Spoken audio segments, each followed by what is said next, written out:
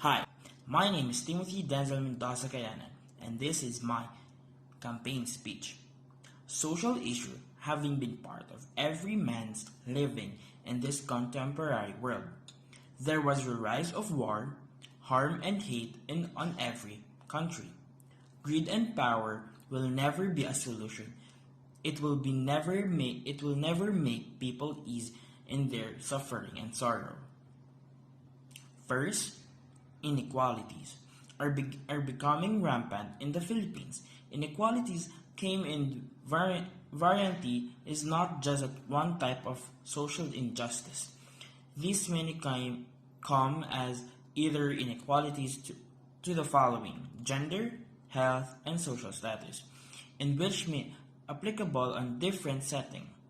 On a report delivered by CNN Philippines on September 8, 2020, the Philippine pardoned Lance Corporal Joseph Scott Pemberton, whom killed a Filipina transgender Jennifer Laude.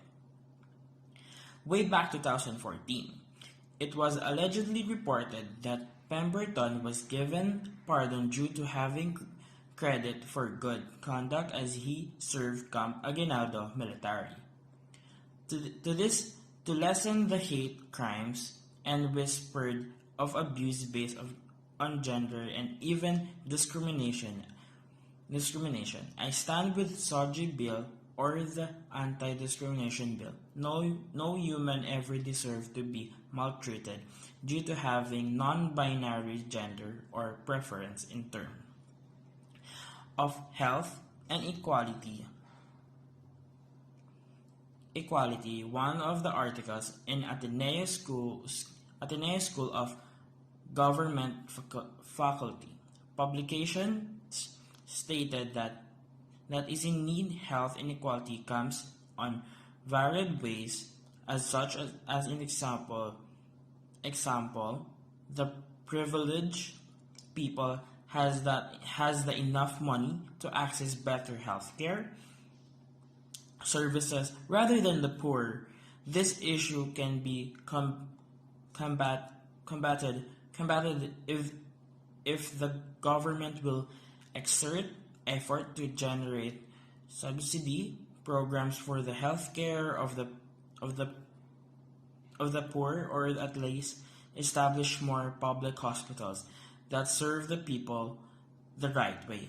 Social inequality can be commonly seen on the youth. In terms of education, some poor children tend to withdraw and choose to work for the family. That is why there is a need for establishing even small opportunities for the students.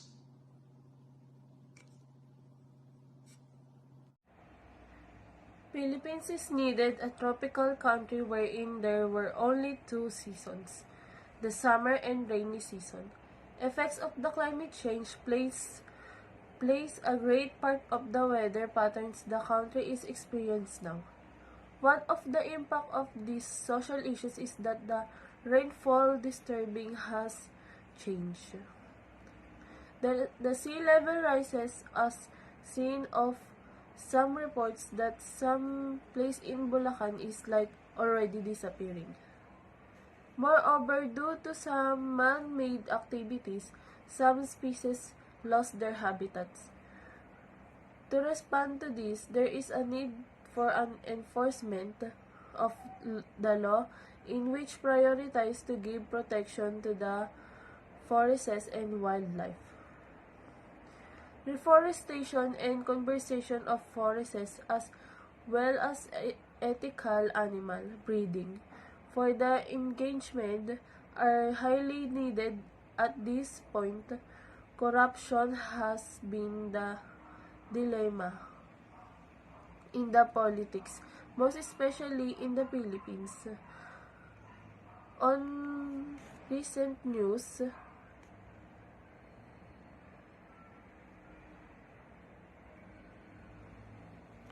seen on television and published on publication, truly that there is a lack in transparency, especially on the slant of officials. Furthermore, there were still cases of fraud and even tax evasion. Now that the 2022 election campaign are all ongoing, surely that there will be evidence of vote buying. Corruption may stop if Filipinos stop accepting bribes and exchange of vote. Furthermore, more comprehensive access of all assets of the public servants must be released, and that the justice system must be engaged as well. In my option, we do not need much official, especially on lower government units. It is for the reason that politics is not that and must not be a livelihood. It is needed a special vacation in which focuses on minding the people and country welfare, rather of the self. Peace building must be also be one of the focal priority of government. Exclusivity is a key of unity and government. And the Bangsamoro. Based on a file issued by the United Nations, the peace talks or negotiation had started by the year 1997. Standing on the peace talks, peace have several constitutions in which is needed to make it more engaged or be strengthened. Discrimination, hate crimes, hate speeches must be eradicated to build a more peaceful atmosphere in which can lessen tension. That's all. Thank you.